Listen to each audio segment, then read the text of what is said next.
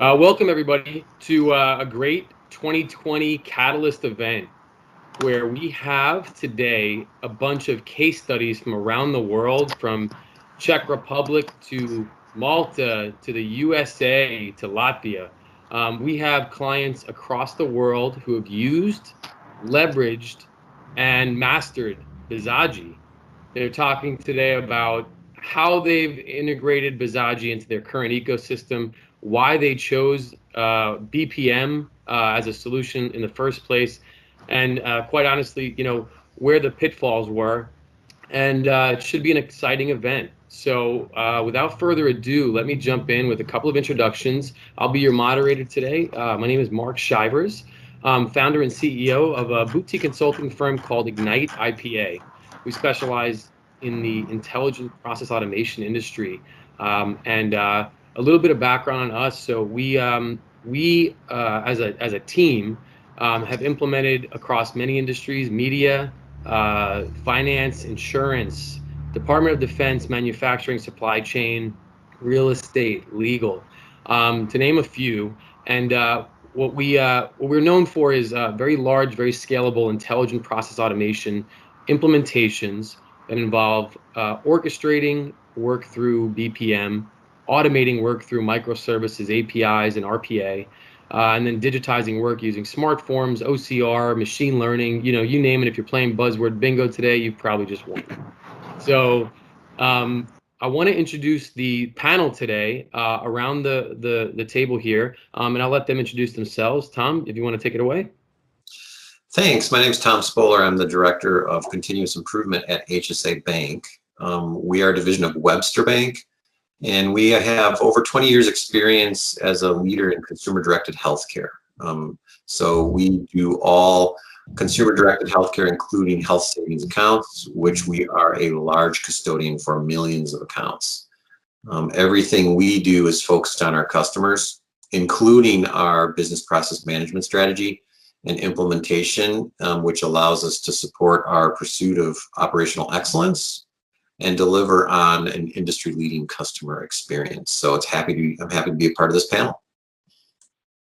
Thanks, Tom. Jan, you want to go next? Yeah, sure. Hi, my name is Marek. I'm chief of the BPM program here at the Generali Czech Republic. We are part of the Generali Global Insurance Group. We are headquartered in Prague, in the middle of the Europe, and we are using Bizagi for 8 years currently. And mainly we are focused on the back office area and on the application that are providing processes for the high risks insurance policies. Great. Thank you, Jan. And Martins? Hello, everyone. My name is Martin. I'm leading a BPM team at Luminor Bank, and we are responsible for several IT solutions used for the process automation, including Bizagi. We are the third largest financial provider in Baltics, with approximately 1 million customers, which are served by approximately 2,500 employees. So we are using Bizagi for a little bit more than 1 year to build highly automated processes for our customers. And last but not least, Juan. Good morning, everyone. I'm Juan Carols Andrade. I'm the Operations and Process Vice President for Aval Group, the largest financial group in Colombia. It's a pleasure to be here. We started with our BPM strategy about 10 years ago. And at that time, each company chose their own tool. Some of them developed it inside. And maybe 1 year ago, we signed with Bizagi. That's great. So as you can see here, we have a panel across the world, across different industries, leveraging Bizagi for different periods of time, a few years to 8 years, right? So what we're going to try to do is educate the community here on, what works, what doesn't, and really get into the nitty-gritty on if I'm exploring BPM right now, what should I be looking for? if I'm, about a year in, and I'm about to scale, how do I do that? What are the pitfalls that I want to watch out for? How do I be successful? How does my company really take this to the next level? All right. So real quick, I mean, let's start at the beginning. When you as a panel were starting your digital transformation journey, really, what led you to your decision to implement a work? What was the Tom? So when what drove our decision is primarily process visibility. As a continuous improvement, Lean Six Sigma, black belt, really understanding what's happening in our processes was key to our decision to moving to business process management. We had and still have data that is focused on completed work and it's manually tracked. It often lacks key process metrics that we need to make good decisions. Implementing a workflow tool is a critical enabler to understanding the current state of our business processes, so we can identify and prioritize improvement opportunities.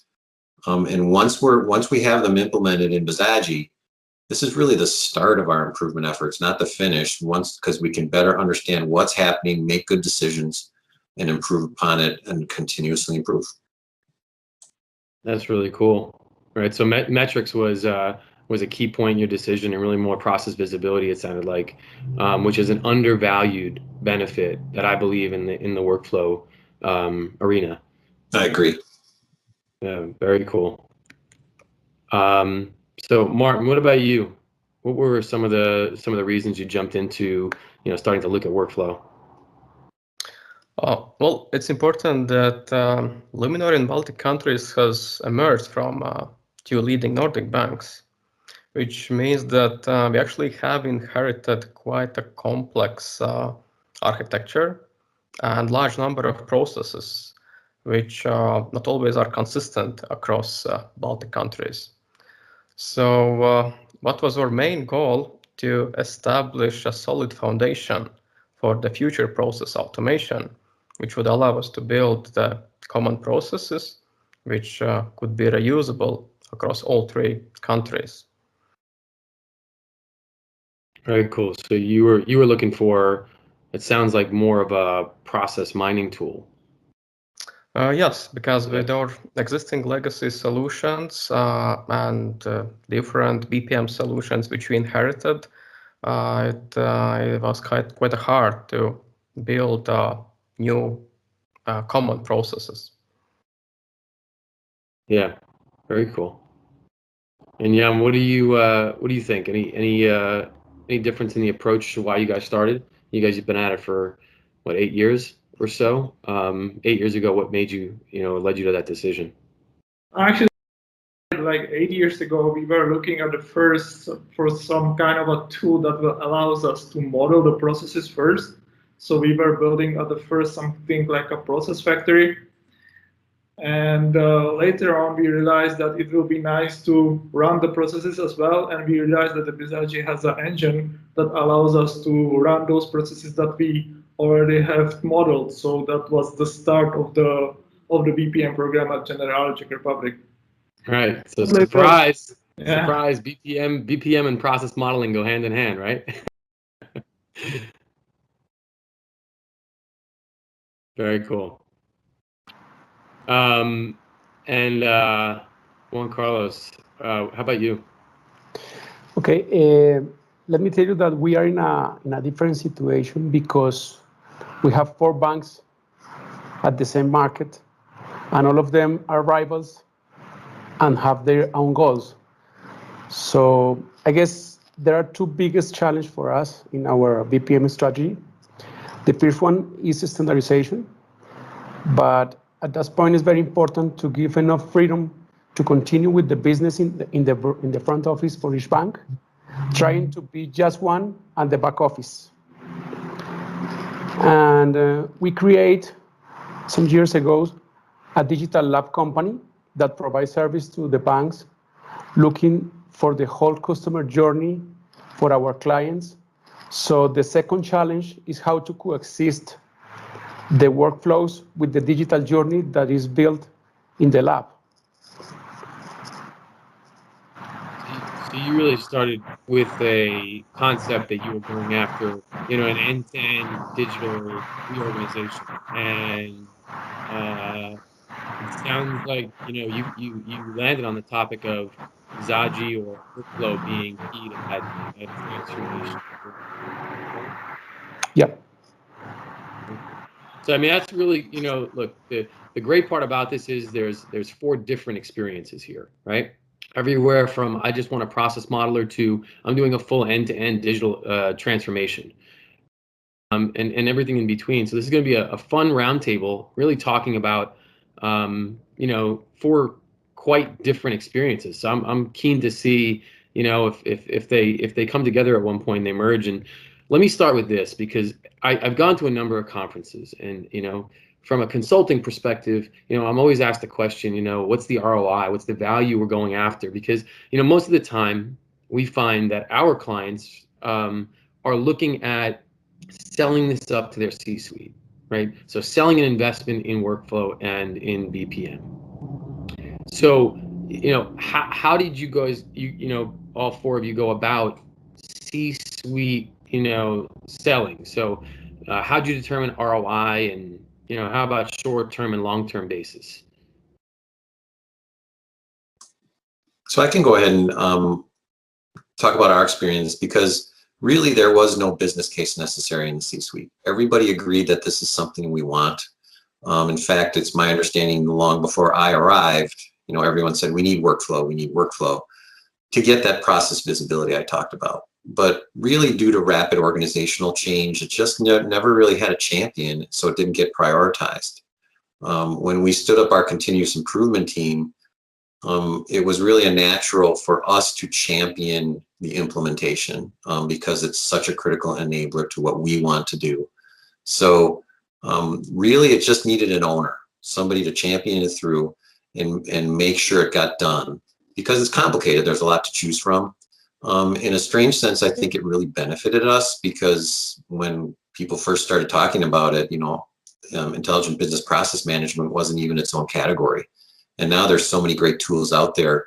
You know, there's just a lot more to do, and a lot more capability in what's currently out there. As far as ROI, you know, we still struggle with, it's hard to establish a baseline to measure that ROI against. It's less than perfect. We try and marry up what, you know, activities we do track with what the reporting is available to us through Bizagi.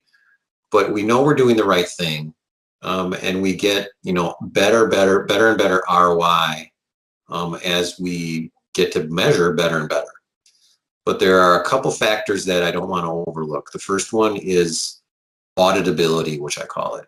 So it's harder to measure, but it's having the transparency and visibility to our processes and being able to audit them, both from a process standpoint, a control standpoint, individual cases and individual activities.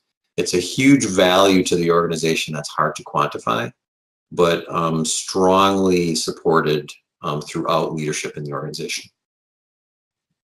So, I mean, like there was buy-in that you wanted BPM, right? That Yes. you wanted, you know, something there.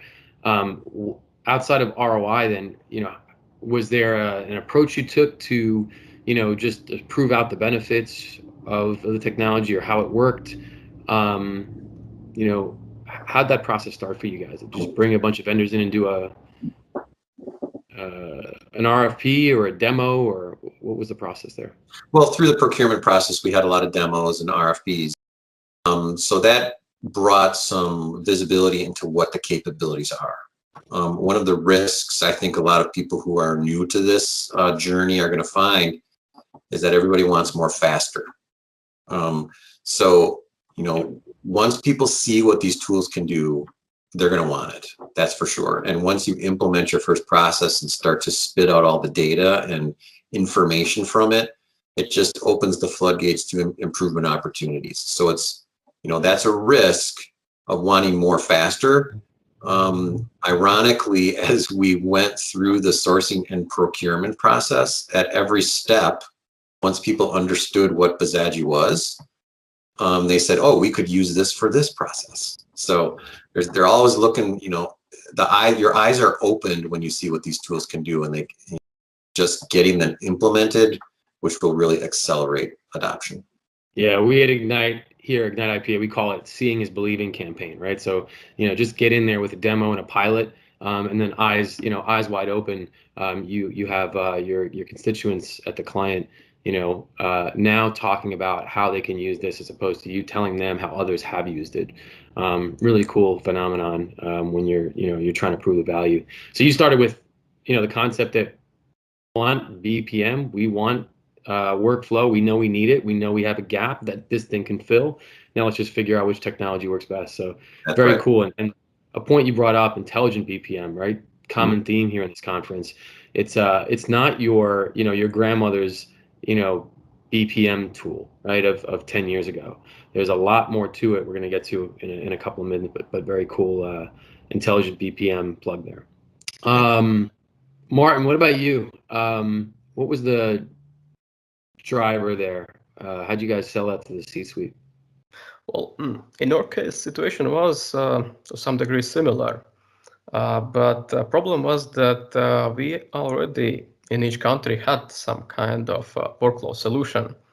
So what was missing, the solid business case, the opportunity which we could use to justify the means for implementing the new workflow tool and gradually decommission the old ones. And in our case, we started by approaching various stakeholders to understand that they have some business problem which BPM solution could solve, or where existing platforms are not capable of fulfilling the needs. And we actually found a solid use case in the lending area, which was related to regulatory requirements, where we had quite a strict deadline set in a stone. And we already knew that if we would follow with approach using our existing legacy solutions, which are different across countries, we definitely wouldn't manage to fit into deadlines. So as an alternative, we compiled the proposal to move on with the BPM, common BPM platform. And actually, we did in advance already the homework. We started initial RFI process, so we wouldn't start from the blank page, but we would already have a solid candidate list and quite a solid awareness on what we can or can't do with the BPM platform. So the stakeholders were convinced, and we went with the common BPM platform. Even this was quite risky, taking into account that whenever you start a new project with a new platform, there is a lot of unknowns. You don't know how good or bad the platform will perform. But in our case, we managed to meet the deadlines, and that was our starting point for using the Bizagi platform, not only for that regulatory process, but processes also in other areas. So you actually took a big risk there, right? You put a workflow tool in place for a highly regulated process, which is great. I mean, the concept that I try to tell everybody is, you know, you could drown in analysis paralysis. You took the approach that, look, we know enough to just get started, right? And it's, let's just dive in and we'll figure this thing out on a smaller investment. And, you know, if you're confident in your use case and you're confident that workflow or intelligent BPM can solve that, just get started, right? You know, the worst thing you could do is just, you know, pile through, you know, concepts for 3 years before you ever really get involved and learn. So, you know, that's kind of what we preach, and it sounds like it really worked for you as well. Yes. That's great. So, so Martin, after that first win, right? It was a quick win on the regulatory requirements. How did that go? You know, how did that turn into an enterprise strategy? Well, actually, after the initial implementation, we still rolled out several improvements. Actually, I think we had releases sometimes even several times per month. because when we implemented our first process, it was important to fit to the deadline. So we aimed more for like MVP, and having this solid platform in place allowed us to roll out quite frequent improvements, not only to satisfy regulatory needs, but also improve user experience, expand the functionality. And as we had this initial success story, we were able to kind of convince other business areas to look into our selected platform. Because especially if you already have something in place, which let's say kind of works, it is harder to convince stakeholders to go for a totally new solution, because it's always a risk. So you need to have really a good success story so that you can use it for convincing purposes. Yeah, that's great. I mean, like success breeds success, right? Is a great motto to go after. You know, start small and grow through success. To be honest with you, I'm not a very good salesperson, and I like to just let my actions speak for themselves. And I think that's the best approach to any new technology implementation. Minimum viable product, start small, have good measurable goals, and as you are successful, other opportunities start to come, and the pipeline kind of builds on itself. You know, it's like I call it the field of dreams mentality. It's if you build it, they will come, right? Yes, exactly. Yeah, very cool. Jan, what do you think? How did you guys struggle selling it to the C-suite? And if so, how did you guys get around that? Actually, we took the similar approach like Martins did.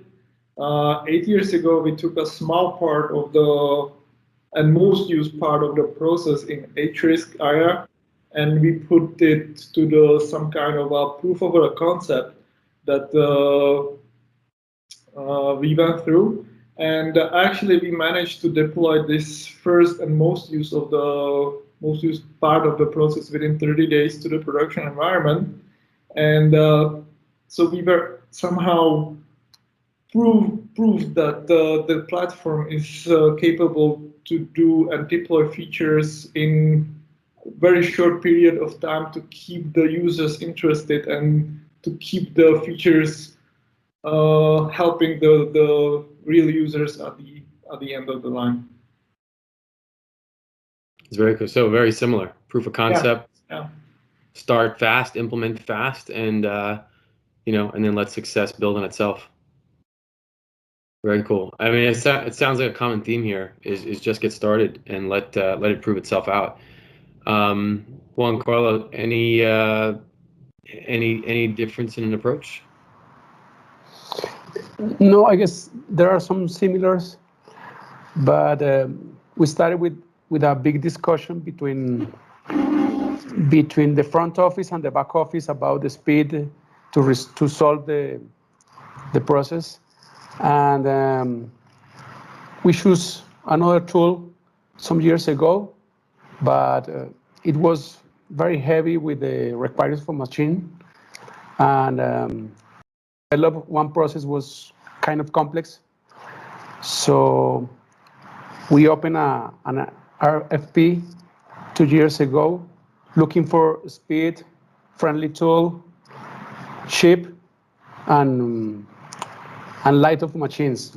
We don't like to invest a lot of money in machines right now. So that was the topics at that time. But for us, it's very important the business case for each process to implement it. So there are some levers that we use. The first one is low cost at the back office.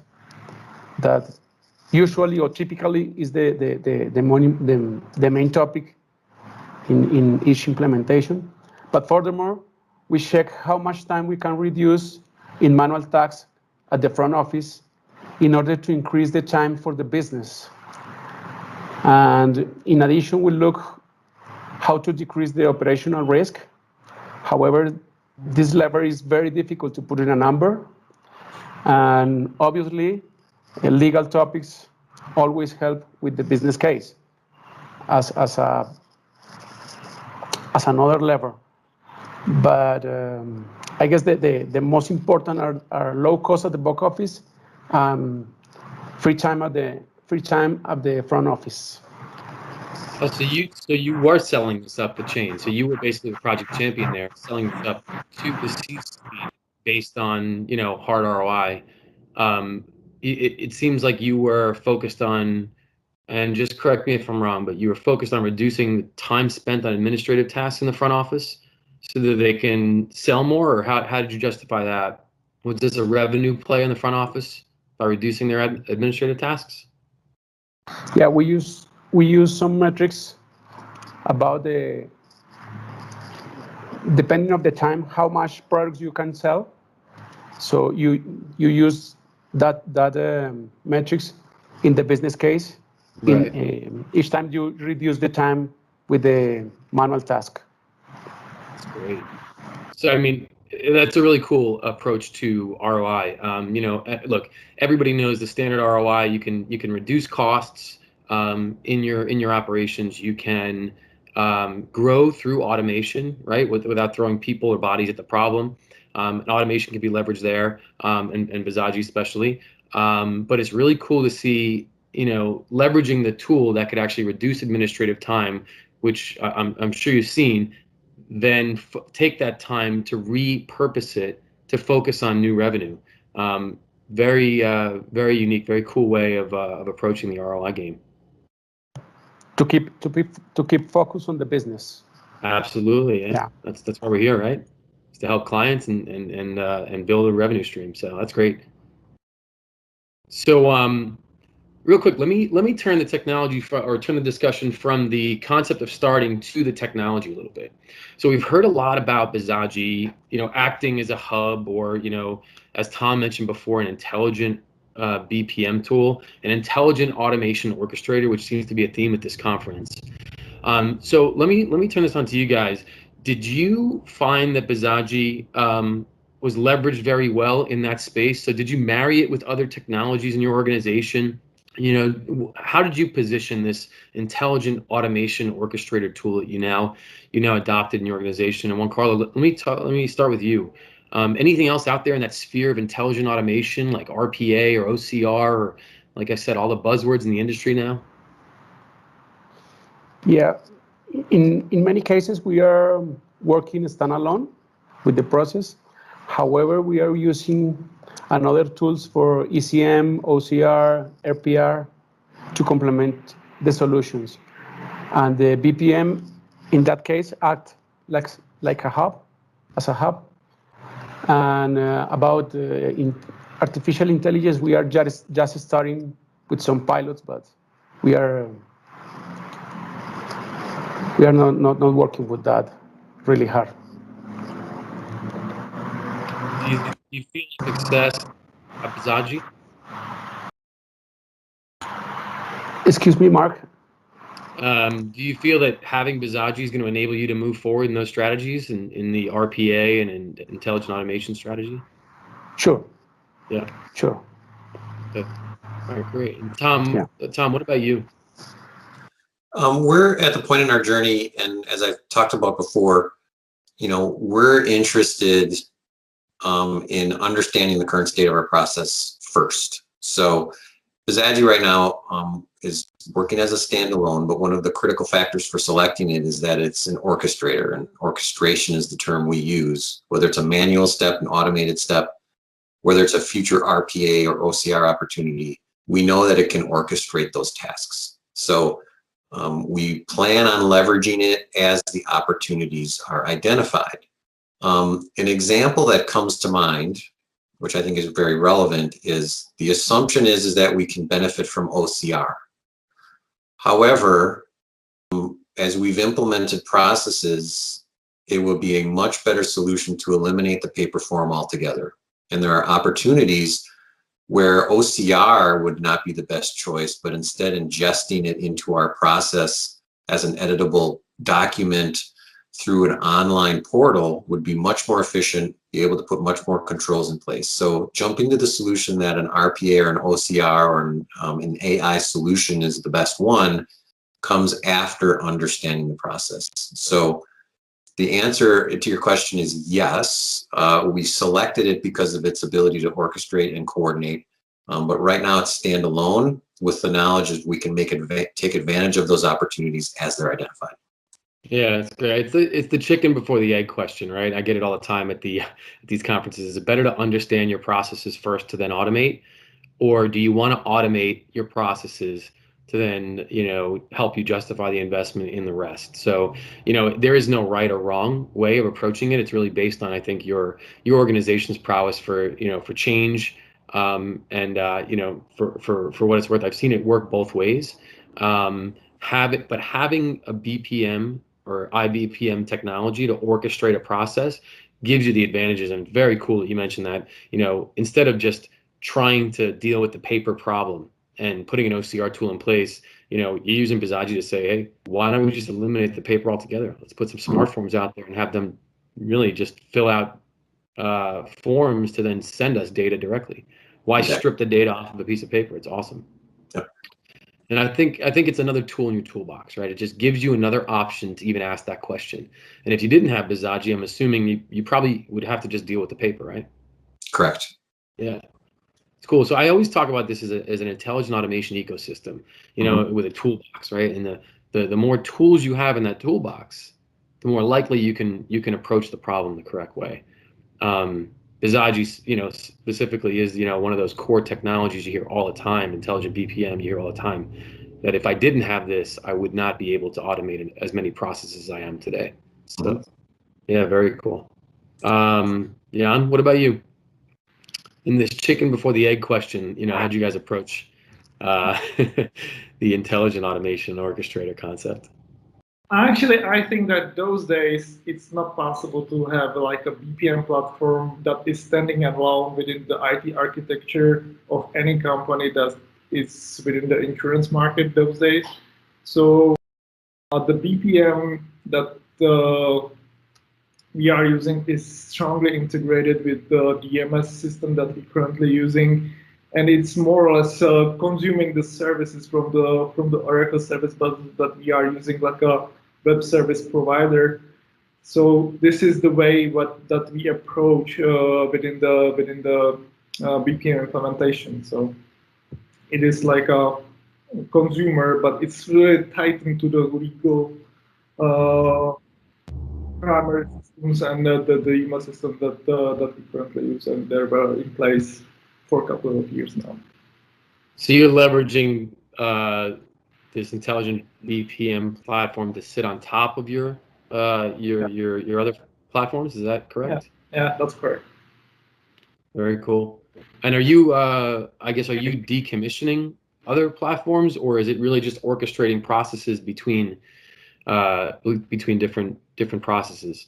I've seen it work both ways, where Bizagi sits as a head on top of a number of disconnected platforms, right? Thereby connecting them and giving your users a single view into all those platforms. I've also seen Bizagi become the replacement for certain platforms as well.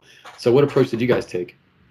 Actually, we took we decommissioned a couple of things using the Bizagi platform, but I think that most important part of it that it's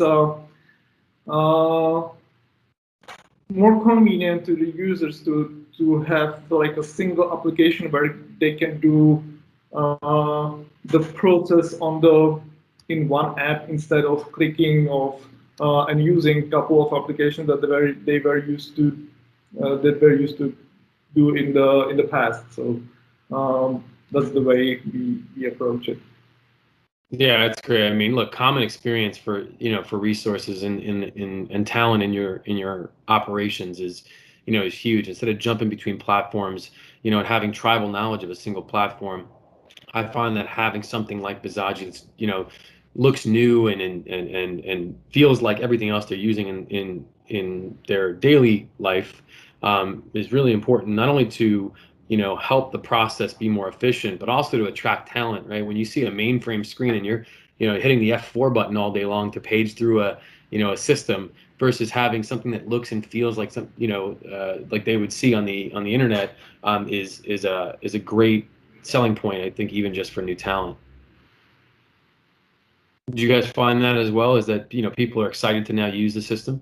Yeah. Cool. So on the value side, Martin, let me ask you this question. So, like, what's the best case you had for implementation of this software? Like, what's the one thing that your company really brags about, and why do they brag about this? What did you guys do with the tool? Well, we are actually quite proud of our first set of processes, which for the lending portfolio monitoring, because we managed to actually do it in a relatively short period of time to fulfill the regulatory deadlines. And what is rare in cases when you implement a brand new system together with a brand new process, we actually managed to fit into the planned budget. So I would say this was quite a good success story, as with the number of resources available and funding allocated, we managed to fulfill the business expectations. On time and within budget. Those are things you generally don't hear in a technology story. Yes, that's quite rare. Yeah, that's great. So help me understand, like, what does on time mean? Like, you mentioned regulatory deadlines. Like, what was the deadline that you guys were faced with, and how long did it take you guys to stand? Obviously, after you had Bizagi installed and learned the ins and outs, but how long did it take you guys to do that? Having a regulatory deadline, to me, it is quite a good motivator to try to do things faster, right? Always, so, yeah. In our case, of course, if we don't count RFI, RFP time, basically from the agreement signing, I think it took approximately 2 months from signed agreement till we deploy the process in production. Wow. So this was actually quite a close cut to fit into the set deadline. So this, of course, included not only like setting up the platform from the Bizagi side, but also to like develop the process itself, right? Yeah. It also included the testing of the process, the onboarding of the end users, and of course our other internal development which required to make sure that the platform is integrated. And actually, to really be compliant, we needed to establish all the supporting processes to make sure we have a trained development team, to make sure we have incident management process, access rights management process, and all the necessary processes for a new platform. So I would say in such a short period of time, it's quite a good success in our case. That's great. Yeah, I know you mentioned before that your approach was just dive in and get a quick win, and you're allowing success to breed success. And look, 2 months to get from new vendor onboarding to new process in production is phenomenal. I could see why you have a healthy and rich pipeline as your success is breeding success. That's great. Tom, what about you guys? You were mentioning before you joined the ranks of IBPM, looking for a tool that had a lot of the metrics or solved some of those metric gaps. What was the one that you bragged about? Well, I laugh about this because internally, and it's a bit of a risk, because after implementing our first process and having all those metrics, we brag about it all the time. To talk about, look what we did with our process. We went from weeks to days. We pulled all these metrics. And it reminds me of a quote from my boss, who at one point said, "This is great, but I'm kind of sick of hearing about this process. When are you going to get more in?" So be careful about the bragging, because everybody wants more faster. But a couple examples that come to mind, in addition to the auditability, which I brought up earlier, that's to me undervalued. And we're a highly regulated industry, and having that auditability is a huge advantage that we like to share. But second is anytime you can implement a process that's repeatable and you can reuse it, because then the investment's finished and the return is just exponential. For example, we implemented a quality monitoring process that, any future process that we implement kicks over to this quality monitoring, so we can continue to measure defects per million, keep an eye on our quality, and it's because it's reusable, we just get more and more return from it. So anytime you can implement reusable processes that, that are sub-processes that span across others, it's a really great business case to build off of. Yeah, that's great. So it's almost like your North Star, right? You put this technology in and it points you to the next best opportunity, right? Where you're gonna get the biggest bang for your buck. Yeah, that's a great way to put it. Yeah, I mean, a lot of companies don't even have that North Star. They just want RPA, they want BPM, they want OCR, but they don't know where they're going. Something like this actually, tells you where your operational gaps are, where you're slow in processing, where you might have, gaps in terms of operational risk and losses, right? So really cool to have this managing your process, auditing your process. And let me just ask you this, because I ask this question a lot for those that are looking for a tool that manages and audits. How's your relationship right now with your risk team? I think I know the answer, but I just wanted to see. It's better, and it's the same story. Risk wants more. Yeah. How do we get the rest of our processes? How do we get everything that we have, controls to monitor within here, so it makes our life easier? Yeah, that's great. I mean, I always find that risk is the antithesis to change sometimes, right? Is they're looking at the risk for the change, yet they need the change to help them devalue the risk. So what I find though is like Bizagi and IBPM solutions actually bring you closer to that risk team. It gives you a fully auditable, operational environment. Like, you almost become best friends with your risk control and audit team. Yeah, that's very cool. Definitely another undervalued benefit of IBPM. So Jan, what about you? What's the one case study, or what do you guys generally brag about when it comes to IBPM and Bizagi? Actually, the first project that we were introducing to the business 8 years ago, I think it is the most or the best example of the application that it's still currently in use. So it's a common platform for Generali in Hungary and in Slovakia for creation of the quotation regarding to the H risk area. So this is something that were completely delivered by my internal team with some kind of a close cooperation with the Bizagi consultants. And I think that the users are pretty satisfied with the solution, because we replaced a couple of systems that they were previously using, from the Excel sheets to Word. And right now the solution is completely capable to create the quotation within the system in a couple of minutes. And so I think that this is the project that I'm currently the most proud of. Yeah, that's great. Heavy drain on the organization, right? So, you were able to solve a big problem, and did that build on your pipeline? Going back to the comment about success breeding success, how did that do for your pipeline? Currently, we are investing in a claim area in Prague regarding to the life and non-life claims. So those are two big projects that are currently up and running, and definitely BPM is a part of the solution, because we need to measure and we need to be clear how the processes are performed during the time. Great. So it sounds like you have like an implement, orchestrate, automate kind of theme to your to your approach to automation. Is that correct? Yeah. I love that approach. To be honest with you, we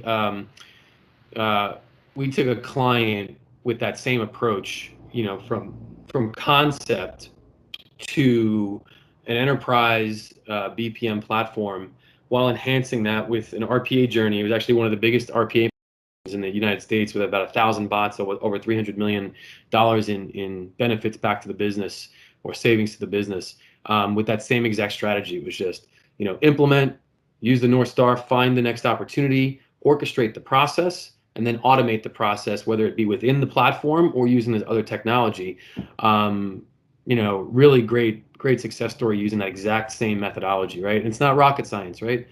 So you implement the technology, you manage the process, you point to your North Star, figure out what's the next best opportunity, and automate. It becomes almost a rinse and repeat cycle, which is really cool. And again, the more tools in your toolbox there that you're adding to that intelligent automation orchestrator, the more likely you'll be able to say yes to automating those processes rather than no. But Tom, I share your concerns sometimes. You got to make sure you can handle that pipeline as well. But that's a good problem to have, I think, in this industry. So Juan Carlos, what about you? What do you think? Well, we are new with Bizagi, so we don't have a. Right now, we are working on that, but I guess we automate some type of loans, but I guess the most efficient is the car loans for one of our banks. That's the beautiful part of the story, but as well we have some troubles. We had a project to standardize the commercial loans for the 4 banks, and each bank tried to keep their process as usual and automate all the possible cases. So we work on it more than a year, and definitely we failed. It was not possible to be at the same path with the 4 banks. So we changed our strategy after that, and we started to work with MVPs, and we have reached the goals right now. It's great to see in few time how does it works. That's great. So, I mean, I couldn't have paid you for a better segue, to be honest with you, to the next point. I mean, about lessons learned. So you really you took the approach of diving in, but you learned fast. It sounded like you bit off a little more than you could chew to begin with, across 4 different banks trying to automate a process. And I think I heard you say MVPs, a minimum viable product. You meant, right? Yeah. Yeah. So okay. So then when you actually scaled that back, not the scope, but what you were actually looking to implement with a minimum viable product approach, how did that go? Did that lead you to a win, or was it really the approach or the use case that was the learning experience? No, we get the goals, and we are working in a similar strategy, as Mark said, that we definite MVP, and when we finish, we look for the big pain that is going to be in the next step. Yeah, it's a great approach. I find that there's no scope too big or too small for this kind of automation. I think it's just about looking at any problem in bite-sized chunks, right? Minimum viable product. There's a huge. Honestly, it could be the key to success or the route to failure if you take that approach or do not adopt the minimum viable product approach. And generally, people are like, oh, this technology doesn't work. Well, many times it's not the technology, right? It's the approach you're taking with that technology. So very cool. And people ask that all the time. So it's really cool to understand, look, I've been doing this for about 10 years. We've got a lot of experience here on the phone. And there are pitfalls. Like, people do step in holes, and what we're trying to do is make sure that you don't step in those same holes over and over again. Those with experience can teach you, hey, here's a couple of tweaks you can make to either your approach, the technology, or both, that can help you, be successful with this technology. Because there's a lot of clients that Bizagi has, a lot of people using IBPM solutions, and a lot of success stories out there, right? So make sure you definitely understand where the pitfalls could be before you actually just jump in. But let's keep with that theme here. If we're talking about lessons learned, and I know we only have a couple minutes left, so quickly, Jan, Tom, Martin, what do you think were the most important lessons learned, just to send the audience off with, as you were the experienced implementers here? What do you think? Well, I can dive in. We have a saying, don't let perfect get in the way of better. It fits right in exactly with what Juan was saying. It's very easy to get stuck on a process because once you have the visibility, you see all the opportunities and you want to make it perfect, and you can get stuck there. Implement, learn, move on. So that would be my first point. The second one is a little different. Consider capability as a key metric early on, rather than ROI. In other words, there may be a process that's a little easier to implement that will build the capability of your team and accelerate the ability to put more processes in place. So don't just jump to the biggest ROI, which may be the most complicated process. Start with something that's manageable that you can learn, get your feet under you, build your team, so you can build that velocity going forward. Yeah, it's awesome. I mean, look, I'm a progress, not perfection kind of guy. That's one of my taglines as well. So we share a similar approach to that. That's awesome. I think you and I have read the same books. Very well be, yes. Amen. Amen. Very cool. I love those quotes. Jan, what do you think? Any lessons for the audience? Actually, the biggest lesson learned through the projects was to somehow put the IT and the business in the same room so they can share the knowledge all the time, not only during the meetings, but actually when they are sitting in the same room and do the things together, it speeds things up really significantly. So that is I think the best lessons learned that we have learned so far. It sounds like you guys are really an agile shop over there. Yeah, we are using Scrum currently, but any agile methodology could do the work as well. That's very cool. Yeah, I mean, the technology is so nimble these days that, it fits right in the wheelhouse of agile. But I've also seen, waterfall work, and, we've come to learn that there's always a hybrid. We call it watergile, right? Part waterfall, part agile, right? Depending on how you collect your requirements. But, I love the concept of getting the business involved, and the more you can associate business and IT, the better off your solution will be. That's great. And last but not least, Martin, what do you think? Any advice for the audience? Oh, well, one important takeaway from our side would be to work actively with your stakeholders. Really make sure that you involve all the stakeholders, because usually process doesn't consist only of one happy path. There might be different alternative paths and different stakeholders working on those paths. So yeah, really be sure that you know your as-is process. Try to involve end users as well, so that you can identify what is the main pain point in your existing process. And make sure that you work closely with your stakeholders through the whole development process. So I can agree with Jan, try to employ some iterative development methodologies so that you can constantly validate the development with your stakeholders. Otherwise, if you will move too fast and your stakeholders will not be ready to absorb the change, well, you can start to face resistance, frustration, and of course that will prevent you from achieving your automation goals. Yeah, I see Jan laughing at that one too. He's probably experienced that. Change management's key, right? Yeah, exactly. Absolutely. Yeah, I think we could all share that sentiment. The cool part about this, I've had a lot of fun, guys. I think we're approaching on time.